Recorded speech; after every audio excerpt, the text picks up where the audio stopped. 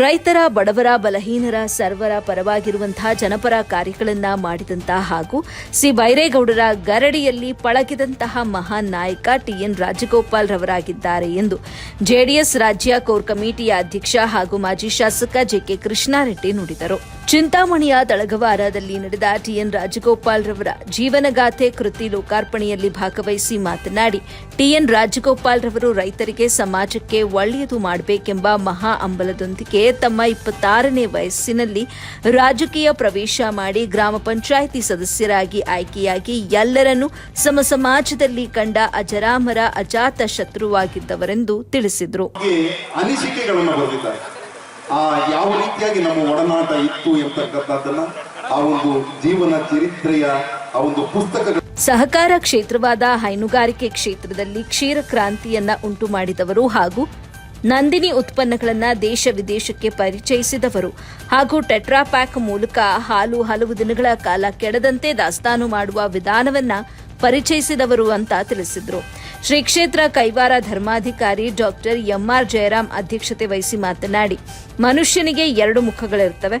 ಅಂತರಂಗ, ಬಹಿರಂಗ ವ್ಯಕ್ತಿತ್ವಗಳಿರುತ್ತವೆ. ಅಂತರಂಗದಿಂದ ಮಾಡುವಂತಹ ಪ್ರತಿಯೊಂದು ಕೆಲಸವೂ ಧೀಮಂತವಾಗಿರುತ್ತೆ ಹಾಗೂ ಸಮಾಜದ ಒಳಿತಿಗಾಗಿ ರೂಪುಗೊಳ್ಳುವಂಥದ್ದಾಗಿರುತ್ತದೆ ಅಂತ ಹೇಳಿದ್ರು. ವ್ಯಕ್ತಿಯ ಕುಟುಂಬ ಮತ್ತು ಮನೆತನದಿಂದಲೂ ವ್ಯಕ್ತಿಗೆ ಶಕ್ತಿ ಮತ್ತು ಅಂಶಗಳು ಲಭಿಸುತ್ತವೆ.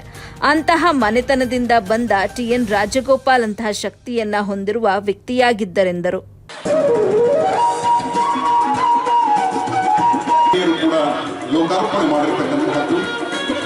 ಶ್ರೀಯುತ ಟಿಎನ್ ರಾಜಗೋಪಾಲ್ ರವರ ನಾನು ಪ್ರೆಸಿಡೆಂಟ್ ಆಗಿದ್ದಾಗ ಅವರ ಸಹಕಾರದಿಂದ ನಾನು ಡೈರಿ ನಡೆಸಕ್ಕಾಯ್ತು ಅಂತ ಹೇಳ್ತಾರೆ. ಅಂದ್ರೆ ಅಷ್ಟು ಸಹನೆಯ ಕ್ಷಮಗುಣ ಅವರಲ್ಲಿ ಇವತ್ತು ನಾವಿದ್ದೀವಿ. ಅವರ ಮಧ್ಯೆ ರಾಜಗೋಪಾಲ್ ಅವರನ್ನು ನಾವು ನೆನೆಸ್ಕೋತಾ ಇದ್ದೀವಿ. ನಮಗೆ ಆದರ್ಶ ಆಗಬೇಕಾದದ್ದು ಗೂಡ್ಸೆ ಅಲ್ಲ ರಾಜಗೋಪಾಲ್, ಗೂಡ್ಸೆ ಅಲ್ಲ ಮಹಾತ್ಮ ಗಾಂಧಿ. ಇಂತಹ ಸ್ಥಿತಿಯಾಗಿರುವಾಗ ಯಾಕೆ ರಾಜಗೋಪಾಲ್ ಪ್ರಸ್ತುತ, ಯಾಕೆ ಪುಸ್ತಕ ಬರಬೇಕಾಯಿತು ಅನ್ನೋದಕ್ಕೆ ಇದು ನನ್ನ ಸಮರ್ಥನೆ.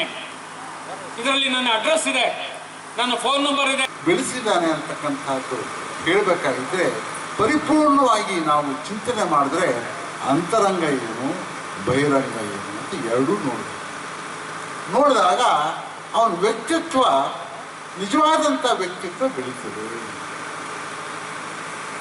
ರಾಜಗೋಪಾಲ್ ಅವರ ಪರಿಪೂರ್ಣವಾಗಿ ನಾನು, ಯಾಕಂದರೆ 30 ವರ್ಷದಿಂದ ನಾನು ಅವ್ರನ್ನ ಕಂಡಿದ್ದೇನೆ ಮತ್ತು ಅವ್ರ ತಂದೆಯವರು ಕೂಡ ಮುಂದಿನ ಶತಮಾನಗಳು ಕೂಡ ಮತ್ತೆ ಮುಂದಿನ ಪೀಳಿಗೆಯಲ್ಲಿ ಯಾರ್ಯಾರು ಹುಟ್ಟಿ ಬೆಳೆದು ಬಂದಿರ್ತಾರೆ ಇಂತಹ ಗ್ರಾಮದಲ್ಲಿ ರಾಜಗೋಪಾಲ್ ಅಣ್ಣವರು ಇದ್ರು.